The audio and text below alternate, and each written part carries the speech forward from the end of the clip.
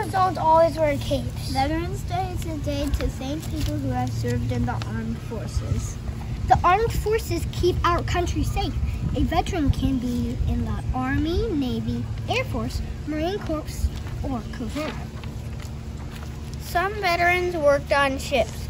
Others were doctors. Some flew planes. All veterans are heroes. On November 11th, we thank veterans for their service. For 100 years, the Tomb of the Unknown Soldier has served as the heart of Arlington National Cemetery, as a sacred memorial site and the grave of 3 unknown American service members. The tomb connects visitors with the legacy of the United States Armed Forces throughout the nation's history. It stands as a people's memorial that inspires reflection on service, valor, sacrifice, and mourning.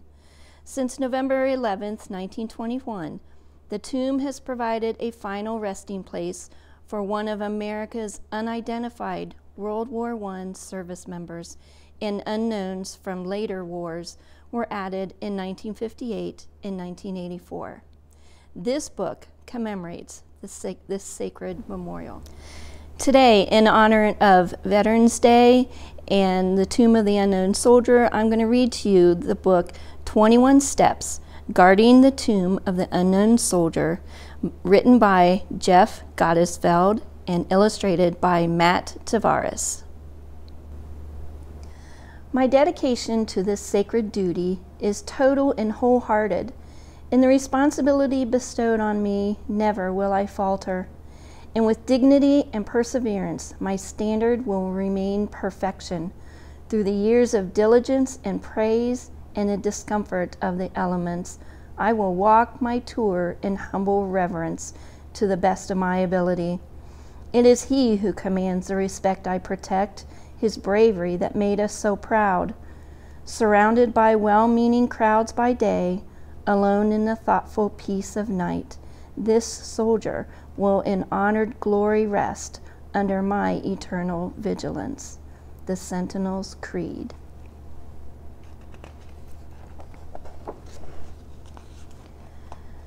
"21 Steps, Guarding the Tomb of the Unknown Soldier" by Jeff Gottesfeld and illustrated by Matt Tavares. I am an unknown. I am one of many.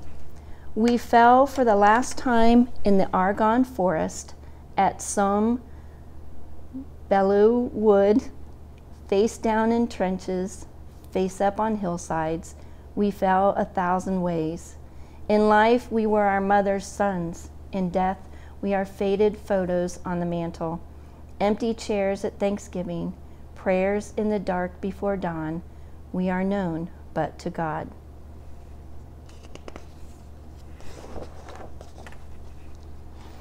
After the war to end all wars, most of America's fallen came home. Their families could place flowers on their graves and pebbles in their headstones. But combat's vile fury left others nameless and faceless. There was no way for loved ones to claim us, no place for our nation to honor our sacrifice. In 1921, one unknown returned to stand for all. I was transported by the Navy to Washington and lay in state in the Capitol, where an army of mourners filed past my casket. Many were families whose sons died nameless and faceless. As they knelt, prayed, and anointed my flag with tears, I felt their stories. The stories of a Boston kid who swung for the fences, a Texas boy who broke horses, a Choctaw Nation farmhand, a Nevada miner. In that moment, I became theirs. On the 11th day of the 11th month, at the 11th hour, a team of horses bore me to Arlington. Thousands packed the amphitheater. There were speeches, taps, and a 21-gun salute when I was laid to rest.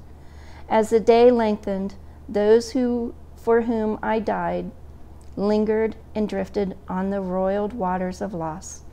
I gave them peace.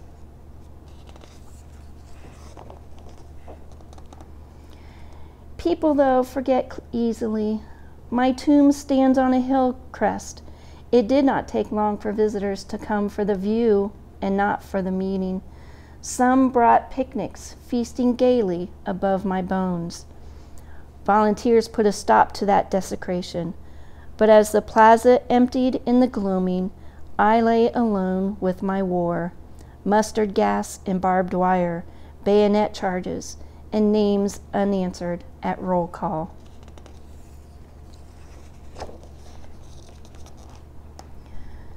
Late one half-noon might, I heard footsteps, the sharp click of heels. Silence. Another click. More silence.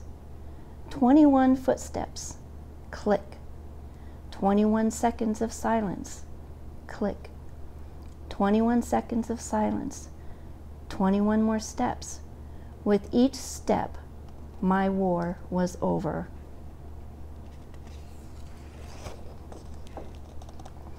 From that moment, I have never been alone again. No matter the hour or the weather, a sentinel guards the plaza. It is the most difficult post to earn in the Army.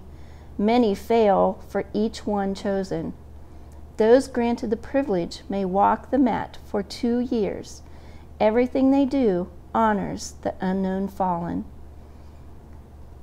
They press their creases sharp as a razor, rehem their trousers so they lie just right, single loose threads from their jackets' top stitching, space their medals down to 1/64 of an inch, practice keeping their forearms at 90 degrees, recount pages of cemetery history, set their hat brims 2 fingers above their eyes, dampen their gloves to better grip their rifles, march so their heads stay ever level, add metal to their heels for the sharpest click, polish their spits for hours every day.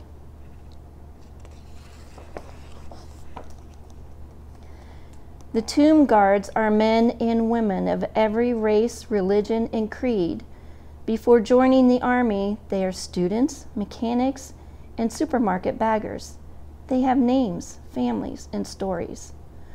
Once on the mat, they are only Americans. Their standard is perfection.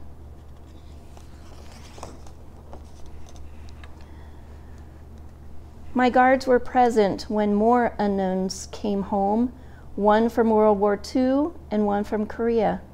Then years later, one from Vietnam. They lay in state in the Capitol as I did, where an army of mourners filed past the caskets. Many were families whose sons died nameless and faceless. Mothers, fathers, sisters, and brothers knelt, prayed, and anointed the flags with tears. Their stories are different and the same. In time, through the wonder of science, the Vietnam soldier was named and returned to his family. His crypt is now empty. We who remain are never alone. Our guards keep faith.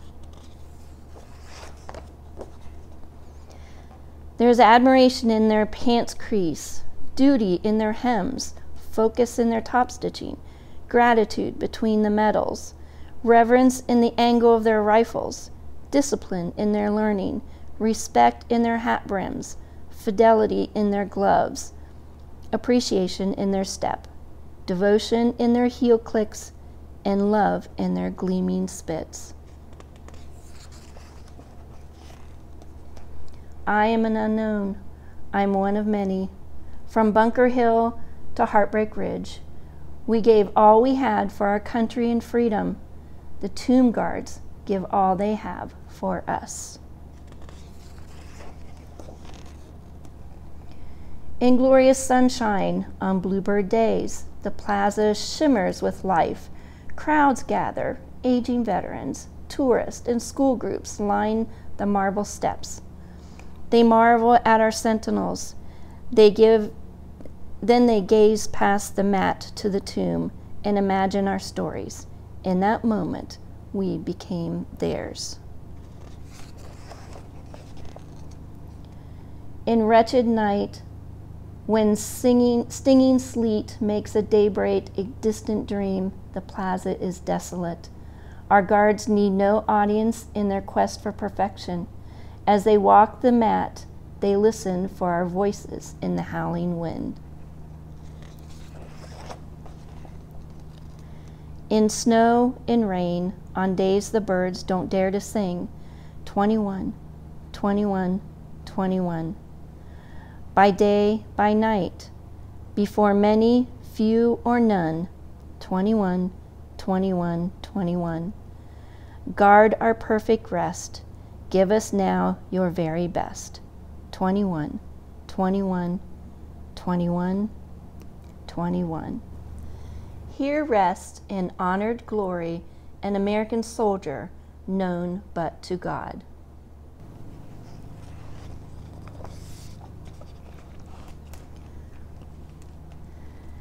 I'm going to read you the afterword. Arlington National Cemetery is the final resting place for more than 400,000 active duty service members, veterans, and their families. The service members and veterans include those who fought for America going back to the Revolution. Dozens of funerals are conducted there daily. An unidentified soldier from the First World War was interred at the Tomb of the Unknown Soldier on November 11, 1921, Armistice Day, now known as Veterans Day. Unknowns from World War II and the Korean War are interred on Memorial Day, 1958, while the Vietnam unknown was buried on Memorial Day, 1984.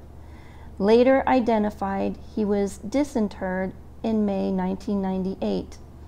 The unidentified soldiers interred here represent countless unknowns buried at Arlington, other national cemeteries, and around the world. The tomb has been guarded around the clock by the Tomb Guard, a special military unit, since midnight on July 2nd, 1937. Becoming a Tomb Guard sentinel is exceptionally difficult. Guards are devoted to the Sentinel's Creed, which appears at the beginning of this book. The full name of the creed's author is fittingly unknown. The cemetery and tomb are open every day of the year. There is a sentinel on the plaza at every moment. The unknowns are never alone. This book would have been impossible without the assistance of many tomb guards, past and present, historians, and organizations, particularly the Society of the Honor Guard, Tomb of the Unknown Soldier.